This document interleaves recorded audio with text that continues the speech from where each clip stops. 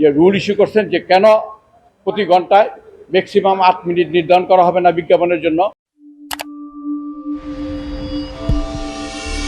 আপনারা জানেন যে বাংলাদেশ সরকারের জাতীয় সম্প্রচার নীতিমালা 2014 অনুমোদন করছেন। সেটার মধ্যে বলা আছে যে একটা সম্প্রচারে টেলিভিশন চ্যানেলগুলিতে কত মিনিট তারা বিজ্ঞাপন প্রচার করতে পারবে, ঘন্টায় কত মিনিট। বাংলাদেশের যে চ্যানেলগুলিতে যে বিজ্ঞাপন প্রচার করা হয় সেখানে আন্তর্জাতিক কোনো সিস্টেমকে নিয়মকে মান্য করা হয় না, কিন্তু বলা আছে নীতিমালাতে বলা আছে যে আন্তর্জাতিক চর্চা এবং বিরতির সময়টাকে আন্তর্জাতিক মানসম্পন্ন হইতে হবে। তো বিভিন্ন দেশের এখানে আন্তর্জাতিক মান আমরা দাখিল করছি এবং এই নীতিমালায় আরেকটা কথা বলা আছে জাতীয় সম্প্রচার কমিশন গঠন করতে হবে, কিন্তু আজ পর্যন্ত জাতীয় সম্প্রচার কমিশন গঠন করা হয় নাই। এবং এই জাতীয় সম্প্রচার কমিশনের দায়িত্ব হবে যে যারা দর্শক শ্রোতা তাদের অভিযোগগুলি ডিসপোজ আপ করা। তা এইটা নিয়ে আমি একটা গুরুত্বপূর্ণ মামলা হিসাবে আজকে একটা হিয়ারিং হয়েছে।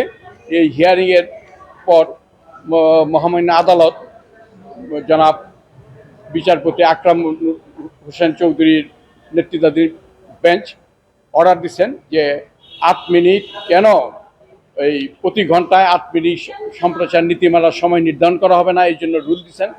এবং জাতীয় সম্প্রচার কমিশন, এই জাতীয় সম্প্রচার নীতিমালা অনুযায়ী জাতীয় সম্প্রচার কমিশন গঠন করার জন্য সংশ্লিষ্ট কর্তৃপক্ষকে ডাইরেকশন দিচ্ছে। রেসপন্ডেন্ট করা হয়েছে এখানে। আচ্ছা, একটা বিষয়, 8 মিনিট প্রতি ঘন্টায় 8 মিনিট বিজ্ঞাপন, এর বেশি কেন দেয়া? এই 8 মিনিট কেন করা হবে না বিজ্ঞাপন?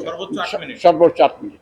এই ইংল্যান্ডেরটা আমি দাখিল করছি, সেখানে দেখেন ইংল্যান্ডে 7 মিনিট। ইংল্যান্ডের নীতিমালা যে ইউকে অ্যাডভার্টাইজিংগুলোতে আছে 7 মিনিট।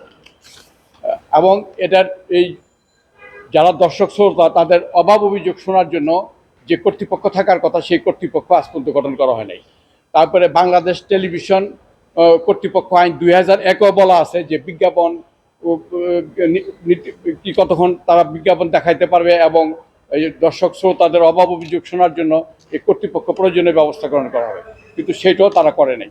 এইসব বিষয়ে আদালতের দৃষ্টি আকর্ষণ করার পর আদালত আজকে অর্ডার দিচ্ছেন যে রুল ইস্যু করছেন যে কেন প্রতি ঘন্টায় ম্যাক্সিমাম 8 মিনিট নির্ধারণ করা হবে না বিজ্ঞাপনের জন্য, এবং জাতীয় সম্প্রচার কমিশন গঠন করার জন্য সরাসরি ডাইরেকশন দিচ্ছেন।